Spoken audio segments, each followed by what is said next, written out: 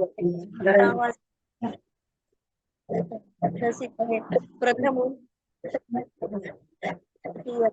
तृतीयं कृष्णपिंगाक्षं चतुर्थं लंबोदरं पंचमं च षष्ठं विकटमेव च सप्तमं विघ्नराजेन्द्र धूम्रवर्ण तथाष्टमं नवमं बालचन्द्रं च दशमं तु विनायकम् एकादशं गणपति द्वादशानि नामानि विशुद्धयाः पठेन्दर न च विघ्नभयन्तस्य सर्वसिद्धिकरं प्रभो विद्यार्थी लभते विद्या धनार्थी लभते धनं लभते गतिं जपेत गणपती स्तोत्र मासेवकं लभेत संवत्सरं सिद्धिं च लभते नात्र संशयः अष्टेभ्यो अमरश्रेष्ठ समर्पय तस्य विद्या समुत्सर्गा इति श्री नारद पुराणे संकटनाशनम स्तोत्र संपूर्ण. श्री गणेशा, सूक्ष्मातून तू इथे राहा आणि ज्ञानदानाचं कार्य तुझ्या अस्तित्वात होऊ दे आणि सगळ्यांना त्याचं फळ मिळू दे. कृष्णमूर्ती पद्धत हल्ली खूप गाजते. ते विजयानंद पाटील पण त्यांची सूक्ष्मदशा रोजच टाकत असतात. त्याच्यामुळे काय बाबा आहे ती कृष्णमूर्ती पद्धत, असं आम्ही वैदिक ज्योतिष अभ्यासक जरा थोडेसे भ्रमित झालेले आहोत. आणि म्हणूनच आम्ही त्यांना रिक्वेस्ट केली की तुम्ही या आणि काहीतरी तुमच्या ज्या पोस्ट आहेत त्या अभ्यास पूर्ण आहेत, जरा प्रश्नांची उकल जरा तुमच्याच पोस्टच्या केली तरी सुद्धा आम्हाला मार्गदर्शन सर्वांना मिळेल. आम्ही सगळे तुमच्याकडून आमूलाग्र ज्ञान ग्रहण करण्यासाठी इगर आहोत. इगर सो प्लीज मी तुम्हालाच देते आता व्यासपीठाचा हा माईक. सूक्ष्मातून तुम्ही सुरू करावं. धन्यवाद. अनम्यूट कसं करायचं आता आले बहुतेक जण. किती जण हे बघा 12 लोक आहेत आलेली सर. 12 जण जॉईंट आहेत आलेली. शारदा SM जोशी, प्रसाद पोतदार, LM अहिरे, प्रसाद पुरुषोत्तम, सोमन, स्वाती रोकडे, उमा देशपांडे, दीपक नाईक, निर्मला वेलमकर, हेमंत उपासनी आणि मी स्वतः 12 लोक होतात. मी एक स्वतःचा इंट्रोडक्शन करून देतो. मी सतीश नाईक. मी वसईला माझा हे जन्म झाला. वसईला होतो मी. शिक्षण माझं सगळं वसईत झालं. गोरेगावला पाटकर कॉलेजला BSc केलं. त्यानंतर मी सर्व्हिस केली RCF राष्ट्रीय केमिकल्स अँड फर्टिलायझर्सला 37 वर्ष सर्व्हिस केली. 2005 साली मी हा कोर्स केला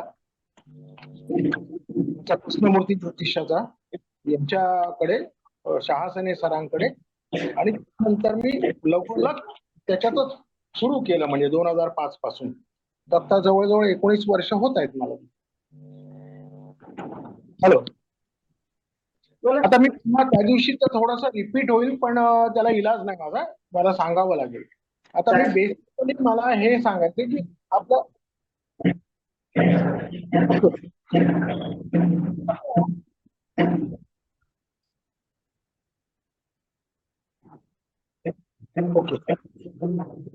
आपण ही पद्धत मुळात अगदी नवीन आहे. 1941 साली साधारण कृष्णमूर्ती सरांनी याची हे मुहूर्तमेढ रोवली म्हणा सुरू केली. आणि या आपल्या नॉर्मल जे पारंपरिक ज्योतिष्य आहे आणि याच्यामध्ये तसा काही प्रमाणात बराच फरक अवलंबून आहे. मुख्य म्हणजे LSRD. ज्यावेळी आपण कुंडली बघायला बसतो त्यावेळी जे तत्कालिक कार्यश ग्रह आहे याला कृष्णमूर्तींनी खूप मोठं वेटेज दिलेलं आहे. LSRD म्हणजे काय, तर लग्न, स्टार, राशी आणि दिवस यांचे स्वामी. तर हे जे स्वामी आपण LSRD ज्यावेळी बघतो, म्हणजे एखादी कुंडली बघायची झाली आपल्याला, उदाहरणार्थ लग्नाकरता बघतोय ते 7 सप्तम स्थान, संततीसाठी बघतोय तर पंचम स्थान, शिक्षणासाठी बघतोय तर चतुर्थ स्थान. याचा जो काही उपनक्षत्र स्वामी बघितला जातो कृष्णमूर्ती पद्धतीमध्ये, तो या LSRD मध्ये मौजूद असावा असा एक संकेत आहे. तो असतोच. म्हणजे पण काही वेळेला काही असं होतं की तो मिळत नाही आपल्याला, तर त्यावेळेला असं असतं एखाद वेळी तो प्रश्न चुकीचा असतो वा जन्म वेळ दिलेली असते त्याच्यामध्ये कुठेतरी 2-3 मिनिटाचा फरक पडतो. समीक्षा मला दिसत नाहीये कोणतरी पण. नाही दिसणार, सगळे आहेत. हो ना, मला दिसत नाहीयेत असं म्हणतोय मी. तुम्ही स्क्रोल करा म्हणजे तुम्हाला सगळे दिसतील. स्क्रोल करतोय तरी फिंगरने असं आडवं करा क्रॉसवर म्हणजे मी आता सांगितलं त्याच्या संदर्भात कोणाला काय विचारायचंय का? LSRD म्हणजे तत्कालीन कार्यश ग्रह जे ज्याला म्हणतात रुलिंग प्लॅनेट्स म्हणतो आम्ही, किंवा तो मी आता मगाशी सांगितलं तसं कोणताही बघताना कोणत्याही विषयाच्या संदर्भात जो उपनक्षत्र स्वामी असेल तो तिथे प्रेझेंट असायला पाहिजे. हा एक कन्सेप्ट आहे, तो असतोच. नसला तर तो थोडासा मागे पुढे करून आपल्याला बघावं लागतं 2-4 मिनिटांनी जन्मवेळ मागे पुढे. नाईक साहेब आपण शिकलात का यांच्याकडे शहाजनीकडे? काय काय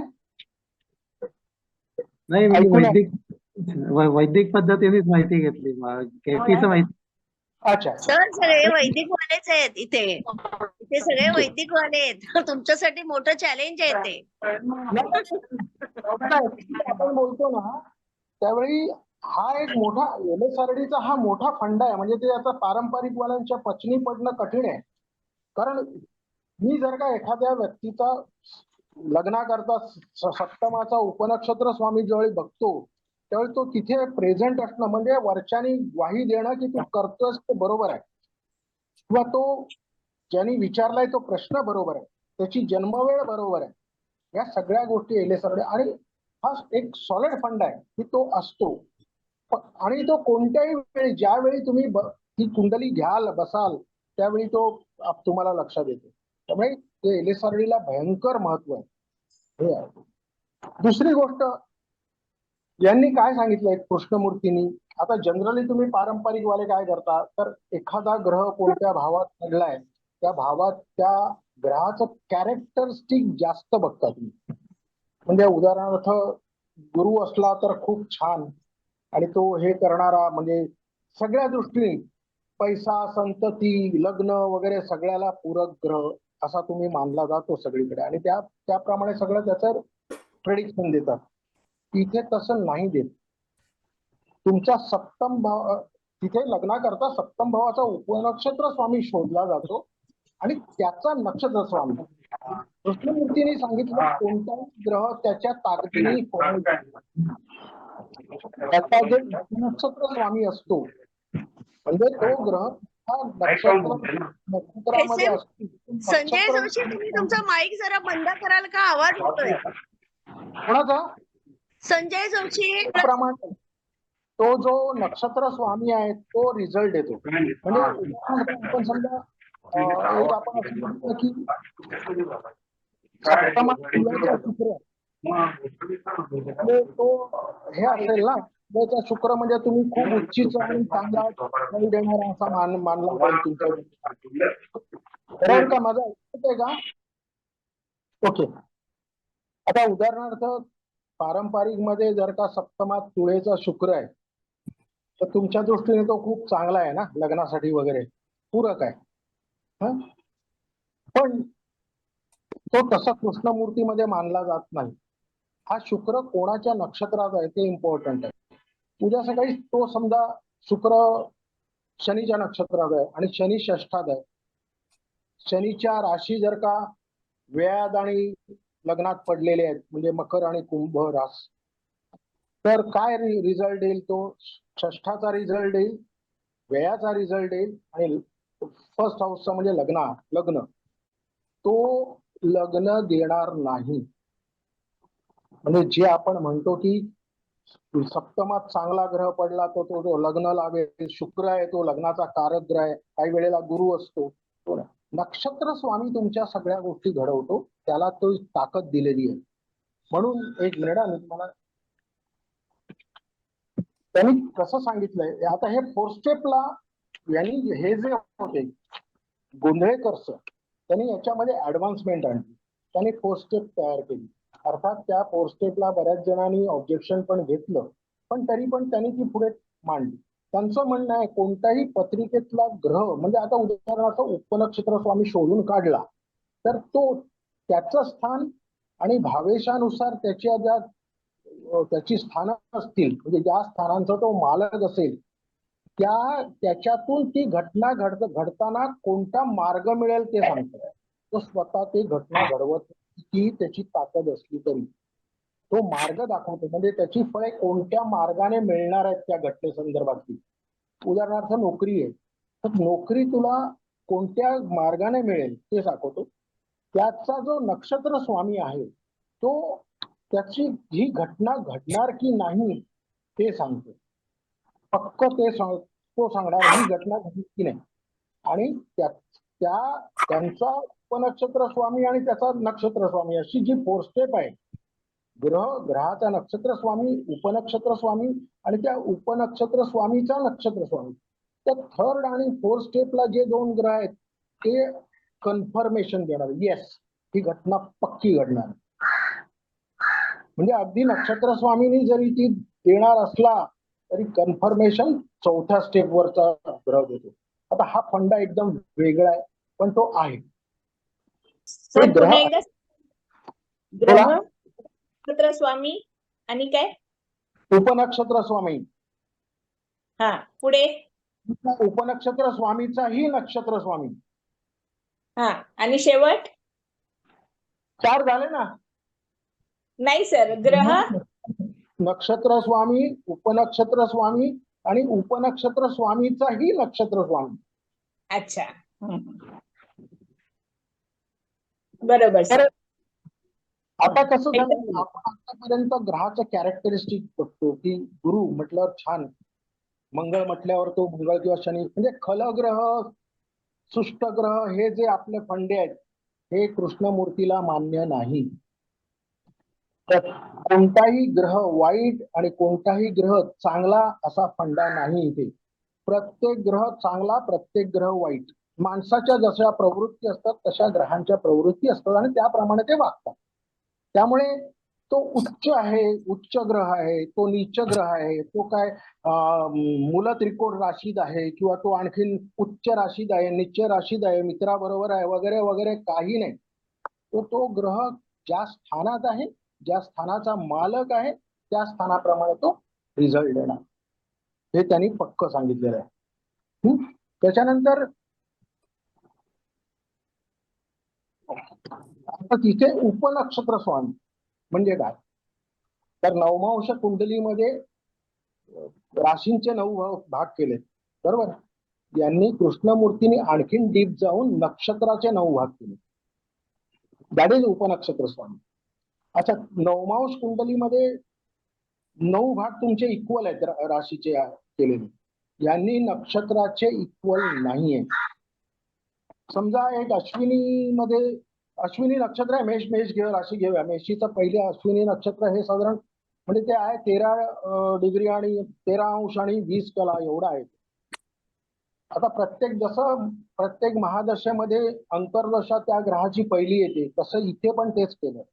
म्हणजे अश्विनी नक्षत्रातलं पहिलं जे आहे पहिले जे भाग आहे 9 भागामधले पहिला भाग हा केतूचा.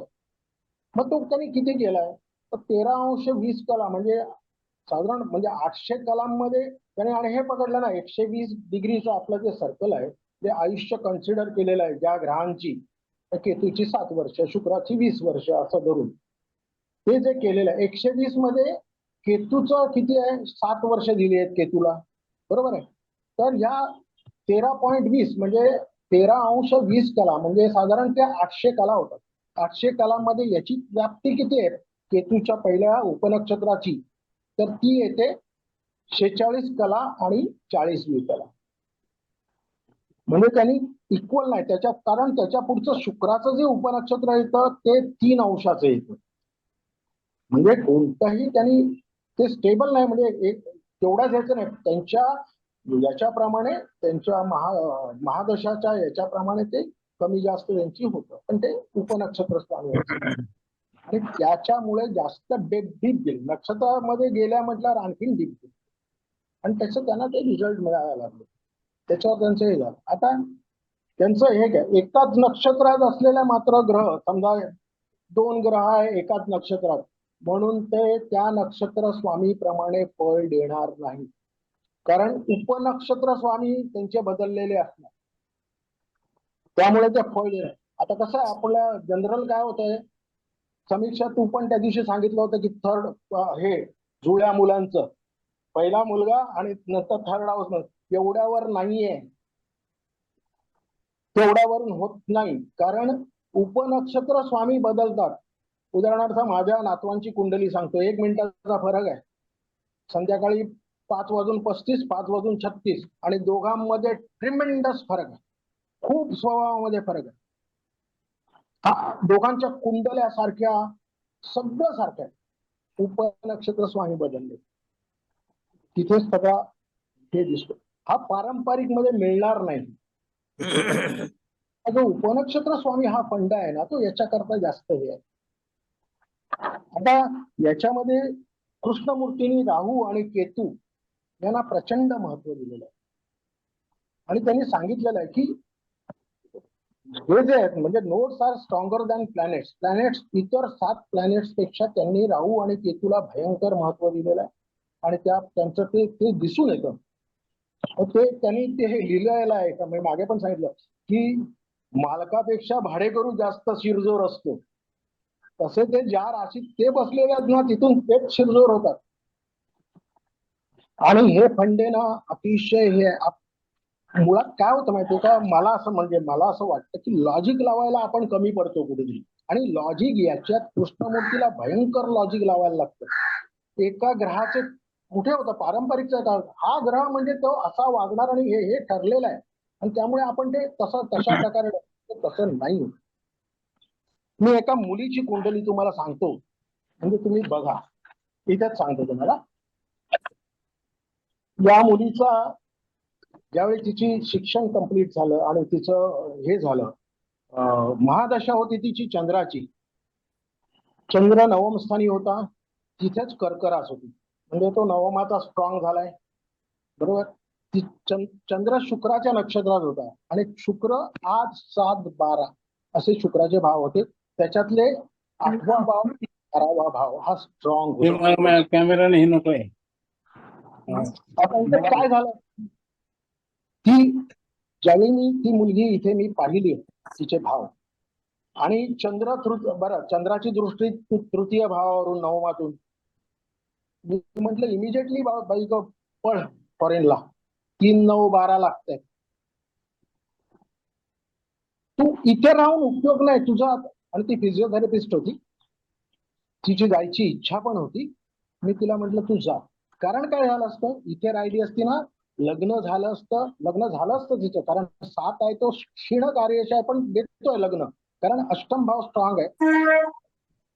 आपल्या गोंधळेकर सरांनी हे पुढे मांडलेलं आहे की आपलं 2 7 11 हे कृष्णमूर्ती करता किंवा पारंपरिक साठी पण जे भाव मानले जातात त्याच्याबरोबर पूरक हे पंचम आणि अष्टम भावही आहे, ते पण पूरक आहेत. म्हणजे 2 7 11 पैकी भाव लागत नसतील तर 5 8 असतील तरी लग्न होतं. मग त्यावेळेला अष्टम भाव लागतोय, पण ती इथे असती ना, लग्न झालं असतं, पण तिला 8 12 हे स्ट्रॉंग लागले असते, जे लग्नाकरता मॅरिड लाईफ करता वाईट आहे. बरोबर आहे का, मी बोलतोय ते सगळ्यांच्या लक्षात येत आहे का, चुकीचं आहे काय, ते बोलत राहा. 8 आणि 12 हे दोन्ही म्हणजे बरोबर आहे 6 हिच्यापैकी 8 लागतं, हिचं मॅरिड लाईफ खराब झालं असतं. त्यामध्ये काय आहे, अष्टम स्थान हे काय आहे, तर तुमच्या सासरच्या मंडळींकडून तुम्हाला त्रास होतो, मला त्रास होतो उदाहरणार्थ, पण ती फॉरेनला गेल्यामुळे हे सगळं चुकलं. 12वा भाव तिचा फॉरेनला राहण्याचा भाव आहे, तो प्लस झाला इथे. 8वा भाव सासू सासऱ्यांपासून दूर, तिथे फक्त नवऱ्याबरोबर राहते, बरोबर. त्याच्यानंतर HDFC कार्ड गाडी जाऊ दे रे. बँक ऑफ बरोडाचं काय विचारलं, आपल्याला दिलं होतं का तिने, आपल्या ड्रॉवर मध्ये आहे का बघ बरं. ऐकून होतं आणि माईक बंद करायला सांगा सर स्ट्रॉंगली.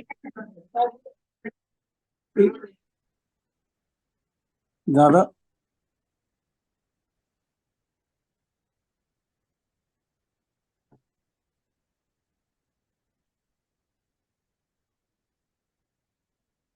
बोलू बोला सर.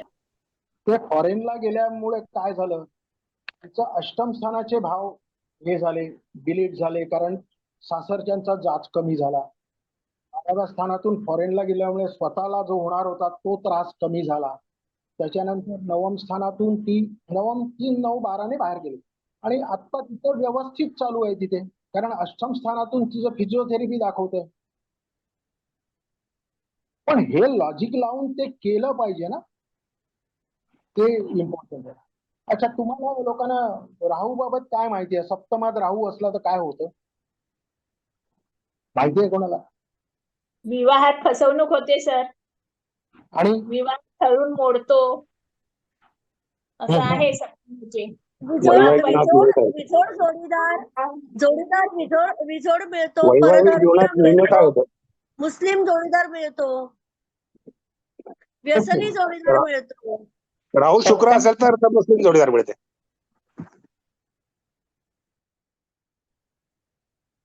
हो.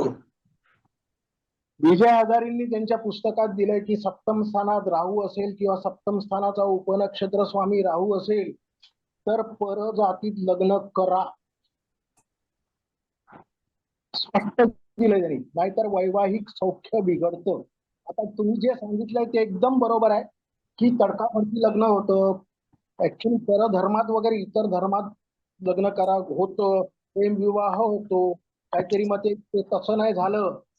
म्हणजे जर का परजातीत विवाह नाही झाला तर वैवाहिक जीवनात त्रास होतो.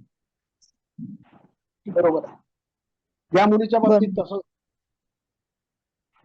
त्यामुळे परजातीत लग्न, मी तिला सांगितलं परजातीत, तिच्या सप्तमात राहू आहे, तिला म्हटलं परजातीत सर पण काय आहे माहितीये का, सप्तमातला राहू ना म्लेच्छ म्हणजे मुस्लिम जोडीदार पण मिळतो आणि मग तो डोक्याला पालकांचा पण ताप होतो. राहू इटसेल्फ इज मुस्लिम. राहू मुस्लिम आज वाळवंटात जाऊनच त्याने त्या मुसलमानाच्या कोण आहे तो मुस्लिम आहे. त्यामुळे तो बरोबर आहे, अगदी राहू मुस्लिम लोक मुस्लिमांशी लग्न, अशी मला खूप उदाहरणं मिळाली की राहू सप्तमात असताना मुस्लिम मुलगी एखादी मुस्लिम युवक पकडते, बरोबर आहे.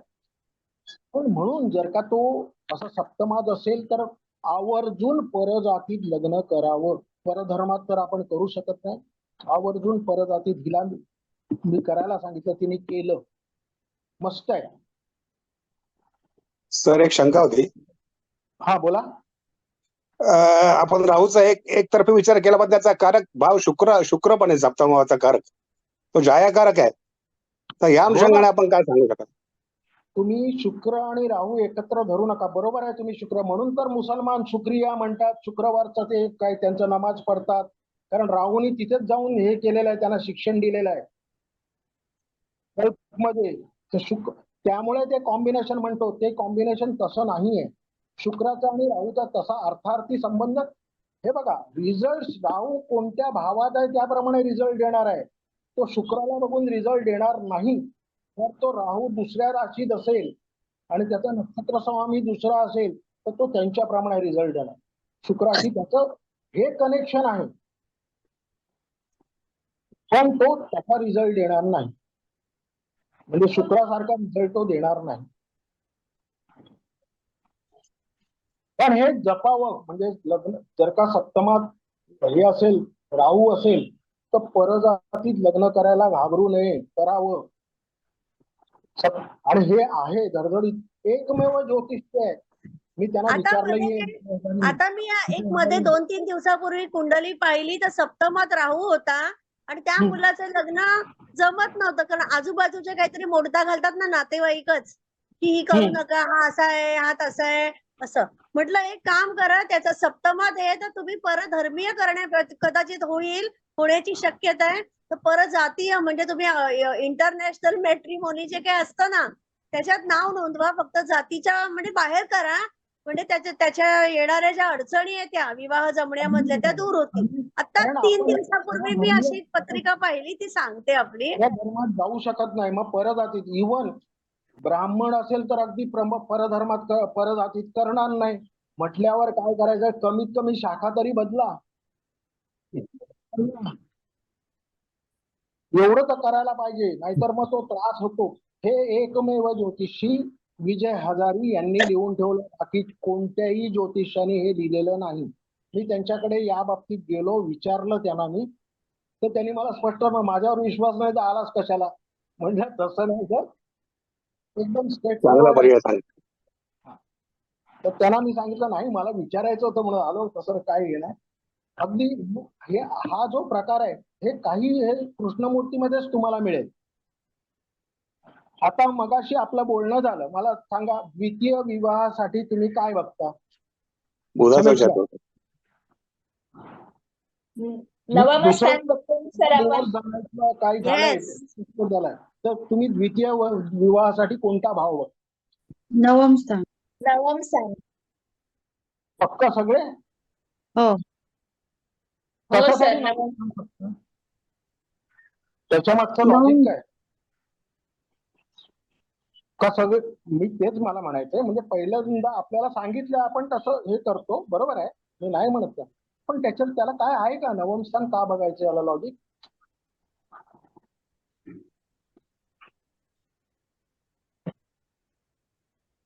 नियम लिहिलेला आहे सर. हा बरोबर, अरे हे छान उत्तर आहे. बरोबर. नियम आहे, पण तो का नियम बनवलाय हे अपेक्षित आहे सरांना. आता सर आपल्याला सांगतील. कृष्णमूर्तीमध्ये आम्ही सेकंड हाऊस बघतो, द्वितीय स्थान बघतो दुसऱ्या लग्नाला.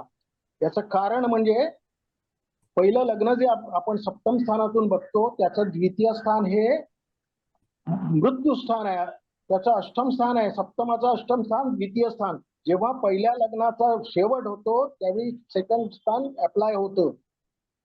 म्हणून आम्ही दुसरं लग्न बघताना आम्ही सेकंडचा उपनक्षत्र स्वामी, द्वितीय भावाचा उपनक्षत्र स्वामी बघतो. आता तुम्ही पंचम स्थान बघता शिक्षणासाठी, त्याचं कारण काय? आम्ही चतुर्थ स्थान बघतो. चतुर्थ पाहतो ना सर आपण.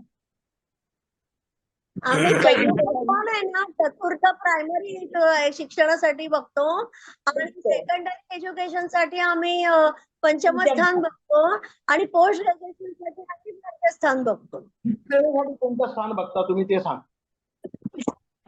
पंचम स्थान बघताना नाही शिक्षणासाठी विचारतोय मी. हो बघतो आम्ही, पंचम स्थान पण बघतो. पहिलं आम्ही तेच बघतो. हा, ते कशासाठी पंचम स्थान बघता? शिक्षणासाठी आम्ही पंचम स्थान बघतो. हा, पंचमच का, दशम स्थान का नाही बघत? याचं कारण म्हणजे पंचम स्थान कारण सांगा सर, सांगा. स्फूर्ती आहे, आंतरिक प्रेरणा आहे, त्याचं कला त्याच्यातून उभारून येते, ह्या सगळ्या गोष्टी आहे, म्हणून त्याच्यासाठी तुम्ही पंचम स्थान बघता. पण पंचम स्थान हे शिक्षणासाठी पण मारक ठरतं, कारण पंचम स्थानातून आपण मौज मजा मस्ती या पण गोष्टी त्याच्यात येतात आणि त्याच्यामध्ये आपण शिक्षणाकडे दुर्लक्ष होतं. मग ते पंचम स्थान पक्क कसं शिक्षणासाठी? जे तुम्हाला शिक्षणालाच अडवणूक करतं, कारण कृष्णमूर्तींनी दिलेली आहे शिक्षणासाठी अडवणूक करणारी 3 स्थानं, 3, 5, 8 मेन. मग ते पंचम स्थान जर का अडवणूक करणार आहे तर मग ते तुमचं शिक्षणाकरता कसं काय पूरक होईल? शिक्षण तुम्हाला चतुर्थातून, आईच्या उदरातूनच सुरुवात होते. ती आई तुमची, तिथून तुमचं चतुर्थ स्थान हे तुमचं शिक्षणाचं स्थान. ही चतुर्थ स्थानाचं उपनक्षत्र स्वामी बघ. असेल तुमच्या माझ्यात मतभेद असणार, तुम्हाला पटेल नाही पटेल ही गोष्ट वेगळी, पण मी मीमांसा सांगतो. आता तुम्ही नवम स्थान म्हणजे भाग्यस्थान म्हणजे ग्रेट, हा तुमचा जो फंड आहे तो कृष्णमूर्तींना मान्य नाही. तुम्ही भाग्यस्थान म्हणून त्याला बघतात, तो भाग्य नाही, तो काही वेळेला दुर्भाग्य पूर्ण पण होतं. कधी तुमच्या नोकऱ्या सुटतात तेव्हा, नवम स्थान हे तुमची नोकरी सोडण्याचं स्थान आहे. पंचम आणि नवम स्थानामधून तुमच्या नोकऱ्या जातात, कारण हो, दशमाचं नवम गणित स्थान हे दशमाचं व्ययस्थान आहे. नवम हा. त्यामुळे नोकरी सुटणार असेल, नोकरीत बदल कधी करू असा जेव्हा मला प्रश्न येतो तेव्हा मी हा. भाग्यस्थानाचा विचार करते. नुसता बदल नाही होत. नवम स्थान सुटताना फार त्रास देऊन सुटतो. बॉसिंग होतं तुम्हाला त्या ह्याच्याशी कोपअप होता येत नाही, जी काही त्यावेळची परिस्थिती असते ती. तसं तुम्हाला ते जमत नाही त्या ह्याच्यात त्या वावरायला. अष्टम स्थानात म्हणजे 5, 8 आणि 9 ही 3 स्थानं तुम्हाला नोकरी सोडवण्याची. आजच्या घडीला मला सांगा की नोकरी तुमची सुटली तर कसं त्याला भाग्यस्थान म्हणणार आहे? त्याला म्हणजे आणि आज तशीच परिस्थिती आहे. किती वेळा लोकांच्या नोकऱ्या सुटतात, नवीन करतात, परत जातात. जी अंतर्दशा मी म्हणत नाही, जी अंतर्दशा तुमची नोकरी सोडवते ना, तीच अंतर्दशा परत तुमची नोकरी देत नाही. मग त्यावेळेला काय म्हणजे नोकरी दिली तरी परत सुटणार आहे, कारण ते भावच लागले त्या अंतर्दशेमध्ये 5, 9, 5, 8, 9. तर ते तुम्हाला काय अष्टम स्थानातून तुम्हाला काही वेळेला खूप मानसिक त्रास होतो, तुमचे निर्णय बिघडतात. आता कामावर नाही चालणार ना, आता तुमचे डिसिजन मेकिंग बदललं, तुमचं बिघडलं आणि तुम्ही मानलं नाही, तुमच्या सहकाऱ्यांनी तुम्हाला सपोर्ट केला नाही, तर तुम्ही गेला डब्यात. आज नोकरी ही फार मोठी गरज आहे ना, त्याच्यामध्ये नवम स्थान लागत असेल तर तुमची 5 आणि 9 मध्ये तुमची नोकरी सुटते. हे आता असं नाहीये, हे जसं ऍडव्हान्समेंट होत चालली आहे तसं. आता पूर्वी जसं आपण गुरु हा ज्ञानाचा कारक आणि तो भक्तीचा कारक वगैरे वगैरे बघत, पैशाचा कारक. आज गुरुला नॅनो टेक्नॉलॉजी मध्ये गुरु मोठा होतोय, बुधाला पण मागे टाकतोय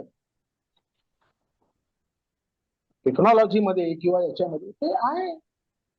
आणि बाकी जे तुमचं कॉमर्स आहे, MBA आहे म्हणा किंवा कॉम्प्युटर आहे म्हणा, सगळं बुध आणि गुरु मिळून चालवत आहेत. काय तसं त्यांची ऍडव्हान्समेंट होत जाते ना, तशी ते ही ऍडव्हान्समेंट सरू पण पारंपरिक मध्ये ही होत नाहीये. आधीपासून एखाद्या गोष्टीला कवटाळून बसून त्याचा जो हे होतो ना तो, तर काही त्याच्यामध्ये ऍडव्हान्समेंट व्हायला पाहिजे. आता ग्रहात देतात कसे ते, मी एक आणखीन उदाहरण देतो माझ्या संपर्कात आलेलं. एक माझी कलीग जी माझ्या बरोबर हेच शिकली, पुढे काही केलं नाही, शिकून झालं, घरी बसली. तर ती याला राहायची लालबागला, ते चाळीमध्ये ते पोटमाळे असायचे ना, त्या घरामध्ये तिथे चाळीमध्ये राहायची. तर एकदा मला आली होती माझ्याकडे, ती म्हटलं मॅडम तुमचं दशा चालू झाली आहे, मंगळाच्या नक्षत्रात आहे, जपा, मंगळ अष्टम स्थानी आहे, म्हटलं जरा जपा तुम्ही. तर मला म्हणाली तर मी दाखवलं तिला, म्हटलं असं असं आहे, जपून चला, बाकी काय नाही, ऍक्सिडेंट वगैरे याच्यावर. षण्मुखानंदला गेली होती आणि उतरताना पाय सटकला, गडगड गडगड खाली आली. कोणी तिला हात दिला नाही, सगळे बाजूला झाले, पडू दिलं तिला. आणि ती आपटली, मला फोन केला, खूप लागलं हो सर, असं झालं तसं झालं. म्हटलं अजून तुझी दशा चालू आहे, नीट राहा बघ. ती त्या जिन्यावरून उतरत होती, उतरताना तिचा पाय सटकला आणि हे सगळं पायरीत अडकलं. तिथून ती निघू शकली नाही. म्हणजे अर्धा तास झाला, बाहेर ती मुलं बोंबाबोंब चालू होती, मुलांची टीव्ही चालू होता, कोणी तिला नाही. तिला मुलगा जेव्हा तिचा आला लॅच उघडून तो आतमध्ये, त्याने तिला ऑपरेशन करावं लागलं. त्याच्यानंतर सिमिलर दशा आली, त्यावेळी मी तिला सांगितलं परत जप ग बाई. तिला फुटपाथ वरून चालत होती, तिला येऊन स्कूटरवाल्याने धडक दिली सेम स्पॉटवर. ग्रह परफेक्ट काम करतात, परफेक्ट म्हणजे परफेक्ट. त्यामुळे त्यांची हे नाही. आता कसं होतं त्यांच्या बाबतीत आपण असंच बोलून उपयोग नाही की हे असं करतायत त्यामुळे ते तसं होतंय वगैरे, असं काही नाही. ते यावेळी तो मंगळ त्यांचा नक्षत्र स्वामी होता, त्या वेळेला या घटना घडलेल्या आहेत आणि मंगळाने, अष्टमातल्या मंगळाने या घटना घडवलेल्या आहेत. त्यामुळे सर, ऍक्सिडेंट बद्दल सांगा. ऍक्सिडेंटचा कारक, पण तो ज्यावेळी नक्षत्र स्वामी बनतो एखाद्या ग्रहाचा, त्यावेळी तो अशा घटना घडवतो.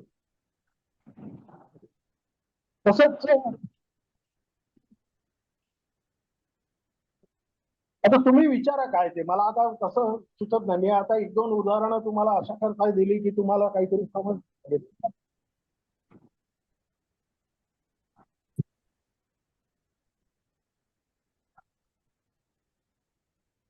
हम्म.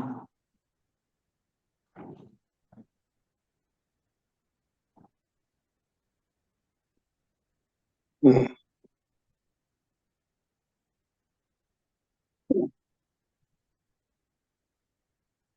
हम्म.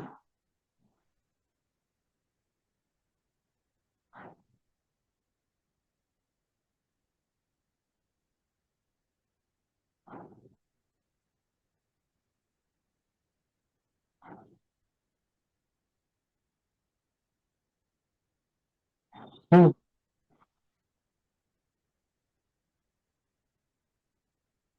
अच्छा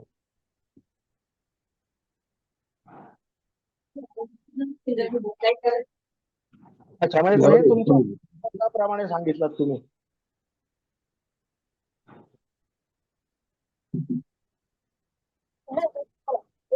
दशम स्थानाचं मला माहिती आहे की अष्टम स्थानाचं, पण दशम स्थानाचं प्रत्येक याचं दशम स्थान हे त्याचं कार्य करत असतो तो त्याच्यासाठी.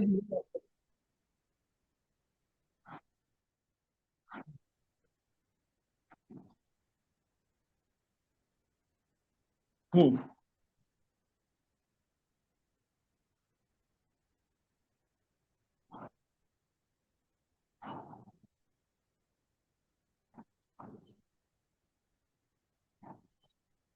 अच्छा. शेअर मार्केट बद्दल सांगा ना सर. केपी प्रमाणे शेअर मार्केट बद्दल. शेअर मार्केट पंचम स्थानातून बघितलं जातं. कोणाला पाहिजे, कोणाचा प्रश्न आहे? अर्चना पवार. हा. Archana Pawar. Okay okay, no problem. पंचम स्थान म्हणजे आम्ही बघताना कृष्णमूर्ती मध्ये बघताना पंचम स्थानाचा उपनक्षत्र स्वामी जर का लाभाचा कार्यश असेल म्हणजे 2, 6, 11 याच्यापैकी ही तिन्ही स्थानं पैसा देणारी स्थान आहेत. तर तो ती तिन्ही स्थानं जर का तो देत असेल आणि त्याच्याबरोबरच महादशा आणि अंतर्दशा या सुद्धा त्या देत असतील, त्या घडीला महादशा अंतर्दशा पण 2, 6, 11च्या कार्यश असतील तर तुम्हाला पैसा मिळेल, अदरवाईज नाही. तुमच्या पुण्याच्या एका मुलीने मला हे केलं होतं. तिच्याकडे प्रेग्नंट राहिली त्यावेळी तिने IT मध्ये तिने जवळजवळ 2-2.5 लाख रुपये तिने होते तिच्याकडे. आता काय करायचं, घरी बसायचं. तर ते शेअर्स मध्ये तिने एका ज्योतिषाला विचारलं पुण्यामध्ये. त्यांनी म्हणाला, अरे वा, तुझा पंचमेश बुध आहे आणि तो लाभात पडलाय आणि शेअर्स ना बिंदास 2.5 लाख रुपये. हा फंडा नाहीये. पंचमेश बुध आहे, तो कागदपत्राचा कारक आहे, शेअर्सचा कारक आहे म्हणून तो लाभात आहे म्हणून तो पैसेच देणार आहे, नो. गेले तिच्या नंतर तिने मला कॉल केला होता. तर तिला मी काही सांगितले, काही इतर काही कशात टाक पैसे. हे मुळात ना, खरं सांगतो बाकी काय नाही, लॉजिक. कृष्णमूर्तीमध्ये लॉजिक खूप मोठा आहे. लॉजिक लावणं तुम्हाला फार गरजेचं आहे आणि त्याला विचार करायला. हे कॅल्क्युलेशन पार्ट आहे, हे लॅपटॉपवर सगळंच मिळतंय. त्याच्यानंतर तुम्ही लिहून काढायचंय, त्याच्याप्रमाणे तुम्हाला ते लॉजिक त्याच्यात लावणं हे पण मोठं काम. आता हे कसं आहे, आता मी स्वतः बघितलं शहासनी आणि हे विजय हजारी गोंधळेकर, त्यांना हे काय करायचे नाही, ते लॅपटॉपवर टाकलं का फटाफट त्यांच्या तोंडून निघत राहायचं. हे कसं करतायत तेच काय समजायचं नाही. हे प्रत्येकाचं हे आहे की त्यांची तेवढ्या वर्षाची तपश्चर्या आहे.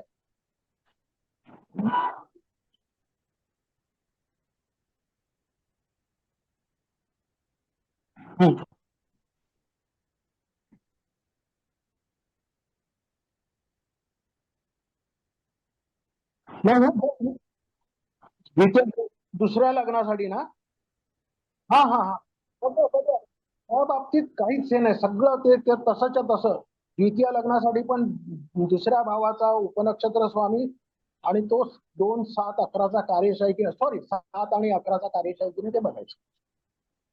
त्याचबरोबर शेवटी काय तेवढं करून महादशा अंतर्दशा हे यांनी सांगितलेली आहे, कोणी गोंधळेकरांनी. ही चेन कंप्लीट व्हायला पाहिजे तुमची, महादशा अंतर्दशा विदशा 2, 7, 11ची चेन ज्यावेळी तुमची कंप्लीट होईल त्यावेळेला लग्न होतं. तर त्यातल्या त्यात 2 विदशा स्वामी जर का यांच्यापैकी मॅक्झिमम भावाचा कार्य असेल तर वेल अँड गुड.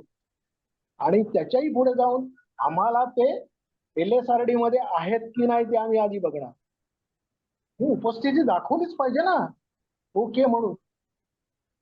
आणि जर का तिथे तुम्हाला जर का समजा महादशा स्वामी आणि विदशा स्वामी पण गुरु वाटतोय तुम्हाला, तर गुरु ते दोनदा उपस्थिती दाखवली पाहिजे LSRD मध्ये, नाहीतर तुम्ही नाही घेऊ शकत. एकदाच घ्या. हा LSRD हा फंडा खूप मोठा आहे आणि तो प्रूव्ह होतो. म्हणजे असं काही नाही नुसतं त्यांनी दिलंय म्हणून हे करा, तो प्रूव्ह होतो. आता हे LSRD बघणं म्हणजे काय खूप मोठं काय नाही, मिळतं, सगळं मिळतं. आता फक्त आता हा आहे, याच्यात एक मला आणखीन सांगायचंय की आपण प्रश्नकुंडलीत एखादा प्रश्न विचारला तर तो जो ग्रह आहे, समजा एखाद्याचं काहीतरी हरवलंय, उदाहरणार्थ काहीतरी कुडी हरवली आहेत, काय बांगड्या हरवल्यात, काय हरवल्यात, तर त्या आपण सेकंड हाऊस मधून बघतो. धन हे आपण सेकंड हाऊस मधून बघतो. त्याचा सरळ नियम आहे की प्रश्नकुंडलीमध्ये लाभाचा उपनक्षत्र स्वामी द्वितीयाचा कार्यश असेल तर ती व्यक्ती तुम्हाला मिळेल. आता कसं आहे की पारंपरिक मध्ये काय नियम आहे, बरोबर आहे, द्वितीय स्थानच, द्वितीय आणि लाभाचं काय कॉम्बिनेशन असेल, म्हणजे लाभेश आणि द्वितीयेश जर का एकमेकाच्या युतीत, एकमेकाच्या दृष्टीत, किंवा गुरुची त्याच्यावर दृष्टी असेल द्वितीय भावावर किंवा द्वितीयेशावर, तर म्हणजे तो सेफ असतो ती वस्तू. अशा गोष्टी बऱ्याच आहेत त्याच्यामध्ये. लग्नेशाशी काही संबंध असेल तर आपल्याला ताब्यात ही वस्तू. तिथे सरळ सोड एकच नियम आहे कृष्णमूर्तीमध्ये, लाभाचा उपनक्षत्र स्वामी जर का द्वितीयाचा कार्य होत नसेल, प्रश्न संपला. काही बाकी विचार करायची काही गरज नाही.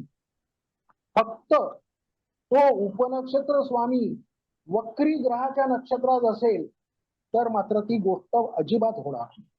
हे पण एक त्याच्यातलं आहे. तो जर का स्वतः उपनक्षत्र स्वामी वक्री असेल तर तो मार्गी झाल्यावर फळ देईल. हा बरोबर आहे, मार्गी झाल्यावर फळ देते. पण तो जर का वक्री ग्रहाच्या नक्षत्रात असेल तर फळ देणार नाही. म्हणजे वस्तू मिळणारच नाही. हम्म? म्हणजे वस्तू मिळणारच नाही सर, असंच ना? इथेच क्लिअर होतं, वस्तू मिळणार. हे फक्त याच्याकरता हेच आहे की अभ्यास. कृष्णमूर्ती फार तसं किचकट आहे, अभ्यास करायला फार आहे, पण केला जर मजा आहे, खरंच मजा आहे. मला आवडेल शिकायला. कारण कसं आहे, तुम्हाला एवढे रिझल्ट नाही मिळत नाही मिळत, बरोबर. आता हे म्हणजे हे मोठं आणि पारंपरिक कमी वगैरे असं मी म्हणत नाही. एवढं झटपट रिझल्ट तुम्हाला मिळत नाही. फक्त तुम्हाला ब्रेन लावला पाहिजे, तुमचं लॉजिक लावलं पाहिजे आणि नियमात. आणि दुसरी गोष्ट, जे काय येईल ते सांगायची तयारी पाहिजे. एखाद्या मध्ये माझा आता काही गेल्या आठवड्यातच भविष्य संकेत मध्ये माझा प्रॉब्लेम आला. त्या ग्रुपवरती मी एका मुलीची पोस्ट टाकली होती, तिला संतती होणार नाही म्हणून. ताबडतोब सगळे उठले, अरे तुम्ही एका मुलीच बघून कसं सांगितलं, मुलाची पत्रिका तर नाही नेसेसरी आहे, मुलीची पत्रिका एवढी खराब आहे, तिला नाही होणार आहे. नाही नाही असं नाही, दोघांचं बघितल्याशिवाय नाहीच होणार. पारंपरिक दोन्ही मुलाचा पण बघितलं पाहिजे, त्याच्याशिवाय कसं करणार वगैरे. अहो तुमचं मशीनच खराब आहे, तुम्ही रॉ मटेरियल टाकून होणार काय? मी त्यांना उत्तर द्यायला म्हणून मी त्या मुलाची पण पत्रिका मिळवली आणि टाकली त्याच्यावरती. बघा, तर मुलगा उत्तम आहे, सगळं मुलाचा प्रॉब्लेम नाही, पण मुलगीच खराब. मुलीचं जर का नाही ती संतती क्षम आहे तर तुम्ही करणार काय? नाही ते नाहीच ना.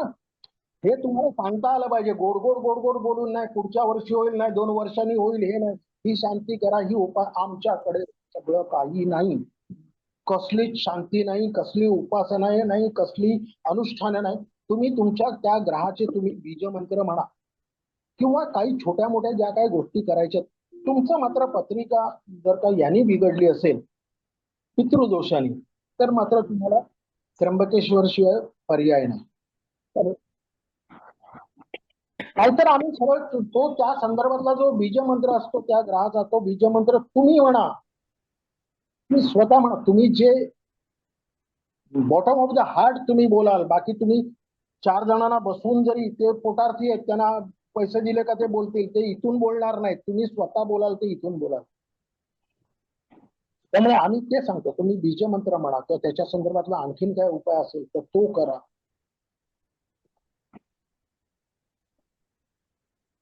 हो, आणि आहे म्हणजे त्याच्यामध्ये आहे ताकद जी आहे ती आहे.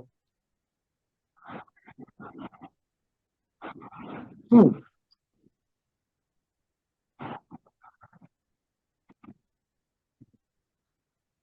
हम्म. हम्म. हम्म. हो. हो.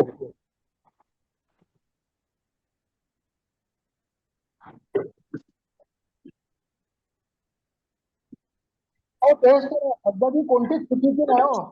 पद्धत कोणतीच चुकीची नाही. पद्धत बरोबर आहे. आपल्याला एफर्ट्स घ्यावे लागतील किंवा हे करावे लागतील. त्याच्यामध्ये हे मी म्हणतो काय, हे ऍडव्हान्समेंट आहे. याला जसं वाटत असेल स्वीकारायचं, याला एवढी तकलीफ घ्यायची याला. मी प्रोडक्शन लाईनला होतो, मला शिफ्ट ड्युटीज होती, मला मस्त वेळ मिळायचा अभ्यासाला. ज्यावेळी इतर झोपलेले असायचे त्यावेळी मी अभ्यास करायचो.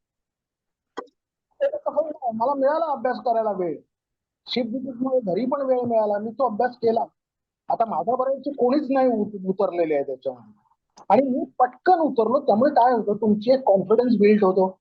तुम्ही जे दिसतंय ते फाटकन सांगायची तुमची तयारी पाहिजे. गोड गोड नाही, गोड गोड बोलून उपयोग नाही. जे आहे ते तुम्हाला समजतंय ना तुमच्या, भले तुम्हाला काही 2 शिव्या घातल्या चुकलं म्हणून तरी हरकत नाही, पण तुम्हाला जे दिसतंय ते सांगा. ते सगळ्यात इम्पॉर्टंट आहे. आणि ह्याच्यामध्ये खडघाई करून उपयोग नाही. फटाफट बोलून हे असं ना असं दिशादर्शक योगासारखं नाही आहे. पटकन असं कोणतंही हे करताना तसं नाहीये ती. त्याला काही भरमसाठ हे आहे. तर खूप विचार करायला पाहिजे या गोष्टींचा, त्याच्याशिवाय नाही होत. तर एक विचारू का? अष्टक वर्गामध्ये आणि कृष्णमूर्तीमध्ये गुरुबळाला काही स्थान आहे का? गुरुबळाचं काही महत्व, 7वा गुरु, 5वा गुरु, आपण कसं म्हणतो 2, 5, 7, 9? नाही ना? आमच्याकडे गुरुबाळा लग्न झालेली किती काय दाखवायची.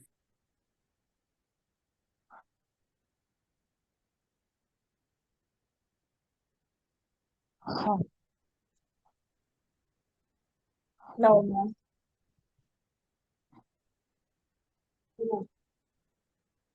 हा, किती आहे? कळत नाही. हम्म.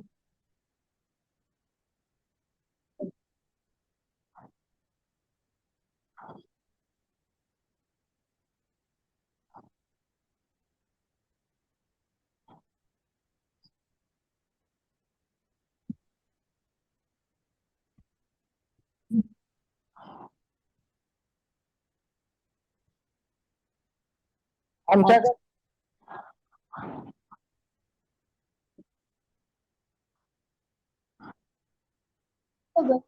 बरोबर. गुरुबळ नाही म्हणून लग्न होणार नाही. मी हा. एकाना ते विचारलं होतं, मग गुरुबळ नसताना मी दाखवू का कुंडल्या? गुरुबळ नसताना लग्न झालं तर मी देतो तुम्हाला कुंडल्या. नाही नाही, मग ते लग्न टिकणार नाही. अरे तुम्ही आत्ताच कुठे हे करता, टिकणार नाही काहीतरी सांगायचं नाही. हे कसं, मोठा ज्योतिषी आहे, जाऊ दे मी नाव नाही घेत. नाही सर, गुरुबळ नसेल आणि जर लग्न ठरलं तर मग ते गुरुची शांती करून मग लग्न करतात, असं पण आहे ना? अरे कशाला शांती, काय करायचंय तिथे? ऐका, भारती, काय माहितीये, गुरुबळापेक्षा गुरुबळ आपण जे बघतो असं म्हणतो आपण, पण मी माहिती म्हणून सांगते, शुक्राचार्यांचं जे मंदिर आहे ना अहमदनगरला, तिथे गुरुबळ नसलं, मुहूर्त नसले आणि पत्रिकेत दोष असले तर तिथे विवाह केला ना तर बरेचसे दोष, म्हणजे तिकडचं स्थान महत्व आहे त्या स्थानाचं, की त्या अडचणी येत नाहीत. काही गोष्टी आपल्या इथे धार्मिक स्थळांना आहेत. मी नाही मानणार. नाही म्हणजे ते शुक्राचार्यांनीच ते मंदिर बांधलेलं आहे त्यांच्या मुलीसाठी. कुंडलीमध्ये जर का दोघांच्या कुंडलीमध्ये जर का 2, 7, 11 हे 50-50% ऍडजस्ट होत असतील तर लग्न होणार, लग्न टिकणार. That's all. बरोबर. ते कोणी असो, कोणताही ग्रह असो, ते शनीला ते तुम्ही धोपटता, ते शनी असा शनी तसा 7.5 हे ते मंगळ बिंगळ आम्ही अजिबात नाही. सगळे ग्रह चांगले, सगळे ग्रह वाईट त्यांचे. हे तुमचं कशाला? मला म्हणजे मी पारंपरिकचे एवढे मोठे मी आज नाव घेतो श्री श्री भट. मला एकदा एका लग्नामध्ये भेटले होते, म्हणजे माझी ओळख होती त्यांच्याशी. आता पारंपरिक वाले, मी त्यांना हे पण सांगितलं नव्हतं की मी कृष्णमूर्ती करतोय म्हणून, पण मी त्यांना ते पण बोललो नव्हतो. त्यावेळी मला एका लग्नात मला त्यांनी विचारलं, म्हणजे मी बसलो त्यांच्या, तर लोक आमच्याकडे बघायला लागले की ह्याच्याबरोबर कसं. माझी ओळख होती एक लोकांना माहिती. त्यांनी मला विचारलं, नाही की ते तुम्हाला मंगळ कुठे दिसतोय? मला काय कळेना ना, आता एवढा मोठा माणूस काय विचारतोय, आता ते हे होईल ना. मी म्हटलं सॉरी सर, नाही मला कळत नाही मला. म्हणाले ते बघ तिथे तो याच्यात काय होमामध्ये काय आहे, अग्नी जळतोय, तो काय आहे? म्हटलं, हो हो बरोबर आहे बरोबर आहे. म्हणाले मग अग्नीचं या मंगळाचं काम काय करतो तो? नेहमी जाळतो, तोडतो, भाजतो, सेपरेट करतो. आज मग तो काय करतोय? 2 जीवांचं मिलन करतोय तो तिथे. मग त्याला वाईट कसा म्हणतो? दिवस योग कसा बघायचा? काय म्हणता? दिवस घटस्फोट हा घटस्फोट कसा बघायचा? नंतर येतो. तर त्यांनी मला ते सांगितलं. मग तुम्ही कसे म्हणाले, तुम्ही हे आहे ना कोणत्या, ते स्वतः बोलले भटात सारखे कोणत्याच ग्रहाला वाईट किंवा चांगला ठरवायचा नाही. प्रत्येक जण आपापल्या याच्याप्रमाणे स्थान मागत. हे त्याला ग्रेट माणूस होता तो. हे उगाच ते असं हे सांगत बसणारे आणि एक हे सेमिनार वाला नव्हता तो. तो माणूस ग्रेट होता. त्यामुळे त्याने जे एवढा जो पारंपरिक वाला पण हे म्हणतोय ना, तो खरंच आहे. काय घटस्फोटाचं काय म्हणाला? घटस्फोट योग कसा पाहतात केपी नुसार? जर का आता आपण एकाची कुंडली ऍक्च्युली दोघांचीही बघायला लागते, पण एकाची आहे माझ्या समोर. तर त्याच्यामध्ये सप्तमाचा उपनक्षत्र स्वामी 6, 8, 12 या भावांचा कार्यश असेल आणि त्याच्या बरोबरीने तृतीय स्थानाचा कार्यश असेल तर घटस्फोट होतो. ऍक्च्युली म्हणजे कृष्णमूर्तींनी शहासने पर्यंत 1, 6, 8, 10, 12 हे एवढी स्थानं दिलेली आहेत. पण नंतर 1 आणि 10 हे त्याच्यातून डिलीट झाली आणि आता फक्त 6, 8, 12 ही स्थानं जर का स्ट्रॉंग लागत असतील. ऍक्च्युली कोणतंही बघायला गेलं तर सप्तमाचा उपनक्षत्र स्वामी 2, 7, 11 पैकी पण दाखवतो आणि 6, 8, 12 पैकी पण काही वेळेला स्थानं दाखवतो. कोणतं इतरापेक्षा स्ट्रॉंग आहे ते बलवान बघितलं पाहिजे. आणि मग 2, 7, 11 यांच्यापेक्षा जर का 6, 8, 12 स्ट्रॉंग आहे आणि अलॉंग विथ जर का तृतीय स्थान लागतं तर घटस्फोट होणार. आणि दशा अंतर्दशा पाहतात का ते? ते पाहायचंच आहे, ते अध्यावृतच आहे, ते पाहूनच करायचा. महादशा, अंतर्दशा, विदशा तर आहेच. पण जेव्हा एखादा हे विचारतो त्यावेळेची ती अंतर्दशा जाम प्रॉब्लेमॅटिक असते त्या व्यक्तीसाठी. त्या व्यक्तीसाठी ती अंतर्दशा प्रॉब्लेमॅटिक असते आणि ती त्याला 6, 8, 12 वेद असते. त्याला व्यवस्थित सांगता आलं पाहिजे. किंवा मग काही लोकांचा प्रश्न असतो, मग घटस्फोट घेऊ का? स्त्रीला काय सांगायचं? हा तू घे बिंदास म्हणून. मला आली एक 7 वर्षाचा मुलगा करायचं सांगायचं तू घे. पण तिला सांगणार की बाबा तुझं हे या ठिकाणी खराब आहे, इथे तू ऍडजस्ट शकत असशील तर बघ. कारण एवढं इझी राहिलेलं नाही घटस्फोट आता. कारण तुम्ही जर का घटस्फोट घ्यायला बघितलं तर काही वेळेला कसं होतं, नवरा बोलतो हा घे चल चल जा बघतो मी काय करते ती. त्याला माहितीये ही कोर्टात जाणार नाही म्हटल्यावर तो ऐन वेळेला गेलीच तर तो ऐन वेळेला सांगतो मला द्यायचा नाही घटस्फोट. मग काय ते सगळं व्याप चालू होतो. मग कौन्सिलर येतो, तो मग हे करतो, तुमची 3दा मीटिंग घडवतो, काय होतं आणि शेवटी काय नाही. आणि मग तो जायचाच असेल तर नाही कशीच पोटगी बिडगी काय नाही, हे प्रकार घडतात. त्यामुळे आजकाल ना मुलींनी जास्त, आणि घटस्फोटाच्या बाबतीत एक अजून मला माझं हे सांगतो, समजा नवरा बायको मध्ये काही प्रॉब्लेम असले तर पहिल्यांदा त्या कोणीही स्वतःहून कंप्लेंट करायला जाऊ नये किंवा नोटीस पाठवू नये. कारण जो घटस्फोट मागतो, जो नोटीस पाठवतो दुसऱ्या पार्टीला, त्याला तो त्याची कारणं प्रूव्ह करायला लागतात कोर्टामध्ये. का मला हा कसा, बाईला प्रूव्ह करायला लागतं हा कसा मला त्रास देतोय ते. मग काय तिने काय रेकॉर्डिंग करून ठेवलेलं असतं प्रत्येक गोष्टीचं? काय देणार ती मग?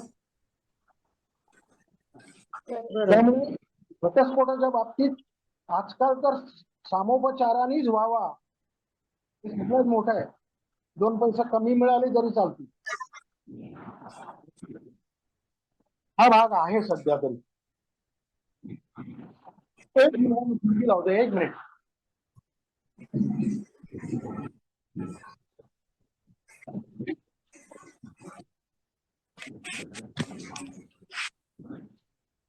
हा बोला, विचारा काय विचारायचंय तर वगैरे.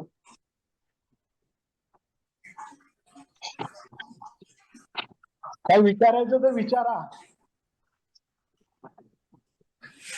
पण उपनक्षत्र स्वामीचा विचार केला होता. काय म्हणता? सप्तमाचा उपनक्षत्र स्वामी, उपनक्षत्र स्वामी म्हणजेच तो दशाकाल येतो ना. तो काय दशा काय म्हणाला? तो दशाकालच येतो ना. नाही नाही नाही नाही नाही. कसं कसं उपनक्षत्र महादशा, अंतर्दशा, विदशा ह्या त्या प्लॅनेट्स प्रॉब्लेम असतात ना. नाही, नाही. महादशा त्यावेळेला समजा जो हा उपनक्षत्र स्वामी बघितला तो त्याच्यात दशा असतील असं नाही ना. हो, काय हो, उपनक्षत्र स्वामी वेगळा असतो, दशा स्वामी वेगळा असतो. तुमचं काय म्हणणं एकच असतो असं? नाही, त्या स्थानापरत्वे आपण जर आता आपण तो प्रश्न विचारात घेतला की षष्ठस्थान किंवा अष्टमस्थान किंवा व्यवस्थान हा विवाह विच्छेदाच्या अनुषंगाने विचार केला तर त्याचा नक्षत्र स्वामी, उपनक्षत्र स्वामी, उपनक्षत्र स्वामी म्हणजेच तो दशा स्वामी येतो ना.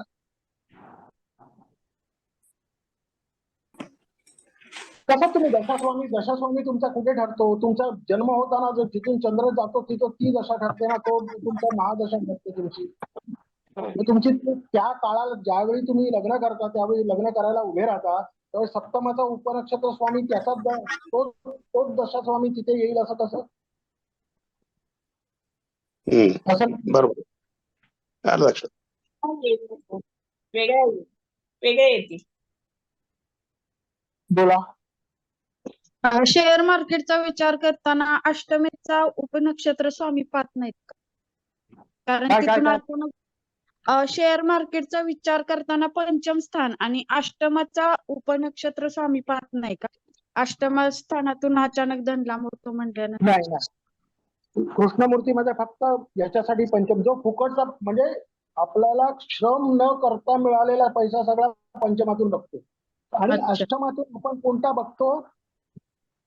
तसाच फुकट मिळालेला पण तो वाडवडिलांचा मिळालेला किंवा काही वेळेला कोणाला लुबाडून मिळालेला हा हा मधून बघतो.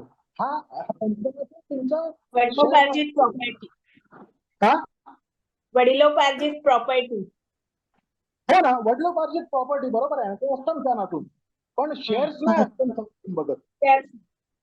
Shares अचानक होणारा लाभ. हा, आणि तो त्याचा लाभ आहे, तो तुम्ही डोकं चालवून केलेला लाभ आहे, तुम्ही श्रम नाही त्याच्यासाठी घेतलेले. हा हा श्रम नाही घेतले ना, शारीरिक श्रम नाहीत त्याच्यामध्ये. बरोबर. हो.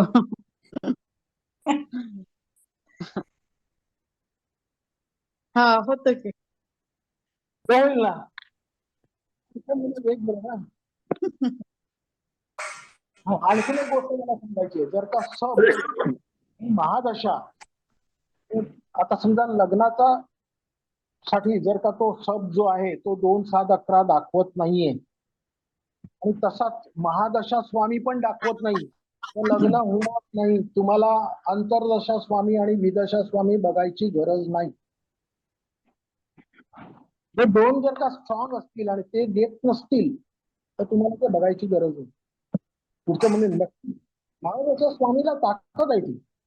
अर्थात वेळेला तुम्हाला जर का सप्तमाचा उपनक्षत्र स्वामी देत असेल आणि महादशा स्वामी काहीतरी अडवडूक करत असेल किंवा देत नसेल तरी चालेल, पुढे अंतर्दशाने दिला पाहिजे. दोन्ही मिळून उपनक्षत्र स्वामी आणि महादशा देत नसतील संपला विषय.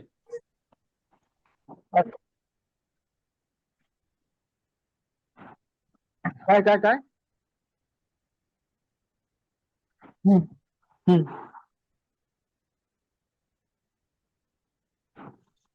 हो तुम्ही परत ते केतूचं काय घेणं देणं नाही. केतूचा जसा अंतर्दशा आहे तर केतूचा नक्षत्र स्वामी, उपनक्षत्र स्वामी आणि त्याचा नक्षत्र स्वामी हे चारही मिळून काय बोलतात ते बघायचे.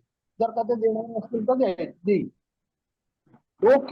तो केतू आता हे काय ना ते पंचमात केतू म्हटल्यावर तो केतू संततीला विरोधक ग्रह आहे, त्यामुळे संतती होणार नाही वगैरे वगैरे. तर काही नाहीये. जसा तो केतू आहे, पहिलाच गोष्ट तो पंचम स्थानाचा उपनक्षत्र स्वामी आहे की नाही बघा. तो नसेल, समजा तोच असेल तरी त्याला ताकद नाही अडवायची. त्याचा नक्षत्र काय स्वामी काय सांगेल तसं त्याला ऐकायचं. सर नमस्ते. आणि त्याच्या सर पद्धतीसाठी फक्त तुमचं चतुर्थ स्थान जर का अप्लाय होत असेल, जर का नक्षत्र स्वामी तुम्हाला चतुर्थ स्थान स्ट्रॉंग देत असेल तर संतती होणार नाही. सर दुसरा विवाह टिकेल की नाही हे कळेल का त्याच्यावरून? हा सेकंडचा द्वितीय स्थानाचा उपनक्षत्र स्वामी जर का 7 आणि 11चा कार्यश असेल आणि तशीच त्याच्या महादशा अंतर्दशा त्यावेळेच्या तशा असतील तर विवाह टिकेल. स्थानाचा प्रश्नच नाही. जर का ते त्याच्या त्यावेळेच्या महादशा अंतर्दशा पण पाहिजे का ते पण आहे. नुसतं तुमच्या उपनक्षत्र स्वामीवर सगळं होत नाही. दशा अंतर्दशा पण असाव्याच लागतात. थँक्यू. त्यामुळे जनरली काय होतं, ज्या अंतर्दशेत तुमचा घटस्फोट होतो त्या अंतर्दशेत तुमचा परत विवाह होत नाही. कारण ती अंतर्दशा तुम्हाला तो विवाह तोडायला आलेली असते. म्हणजे 6, 8, 12 स्ट्रॉंग लागलेले असतात. त्यावेळेला जरी तुम्ही जबरदस्तीने लग्न केलं तरी पुन्हा ते तुटेल. ओके. म्हणून चांगल्या दशा बघून आणि आता ते तुमचे गुणमेलन म्हणजे काय बाबा ते काय विचारताच होईना. गुणमेलन बघता, गुणमेलन करता ज्याच्या शेवटी ते गुण लिहिलेले असतात ते. सर मी गुणमेलन करण्याबरोबरच मी ना पत्रिकेतलं सप्तम स्थान आणि द्वितीय स्थान मेन पाहिलं जातं माझ्याकडून, की सप्तम स्थान जर चांगलं असेल आणि समजा गुण थोडेसे कमी असले, 18 पेक्षाही कमी असले तरीही ती पत्रिका जुळवता येते. पण जर समजा तुमचे 22-24 गुण आहेत परंतु सप्तम स्थानच जर तुमचं बिघडलेलं असेल आणि दोन्ही पत्रिकेत जर बिघडलेलं असेल तर 100% घटस्फोटाचा योग असतो तो.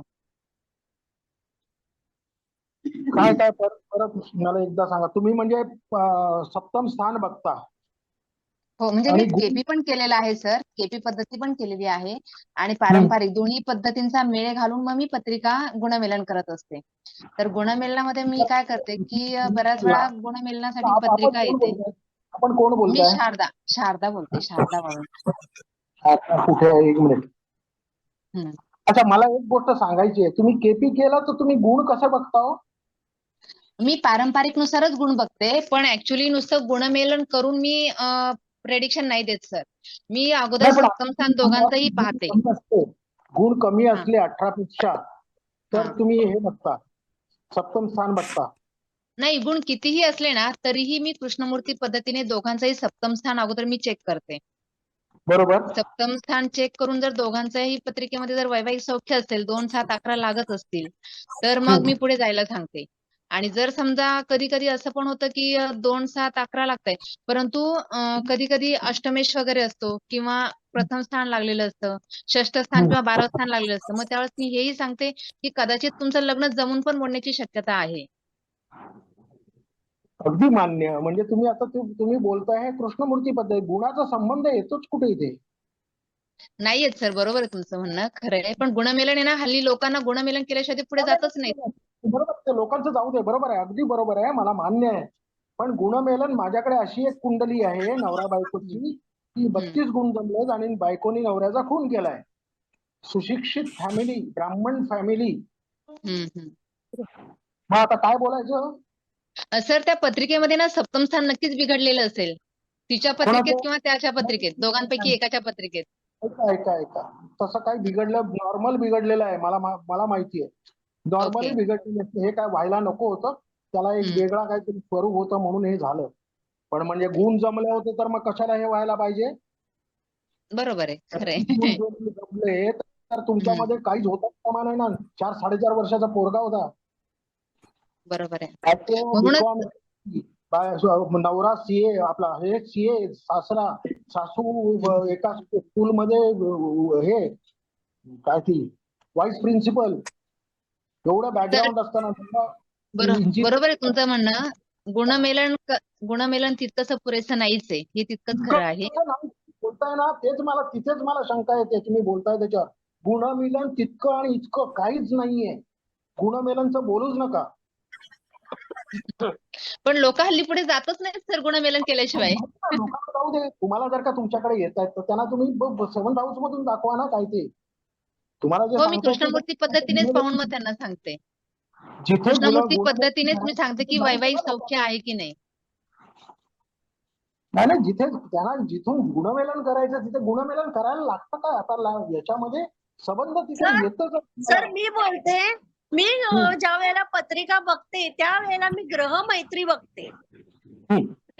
ग्रहमैत्री आणि बरोबर. ग्रहमैत्री बघितल्यानंतरच मी कन्फर्म सांगते की तुम्ही पुढे जा. आणि तेही नुसतं ग्रहमैत्री बघत नाही मी, तर मी त्यांना सांगते की 4-5 वेळा तुम्ही मीटिंग करा, एकमेकांशी बोला आणि मन जुळतायत का बघा. हे प्रॅक्टिकल पण फंडा म्हणून त्यांना वापरायला लावते. आणि सांगते की त्यावेळेस पालकांनी जाऊ नका त्यांच्याशी बोलायला. त्या दोघांना एकमेकांबद्दल कसं वाटतंय त्या 4-5 मीटिंग मध्ये त्याच्यावर डिसाईड करा. म्हणजे नुसती ग्रहमैत्री नाही तर हे पण म्हणजे काय होतं आपल्याला कळतं, जज करता येतं समोरच्याला. अगदी एका भेटीत नाही पण 5 वेळा 6 वेळा भेटल्यावर आपण समोरच्या माणसाबरोबर किती वेळ जीवन अख्खं नाही पण जास्तीत जास्त किती त्याला सहन करू शकतं हे पण दोघांना एकमेकांबद्दल कळतं.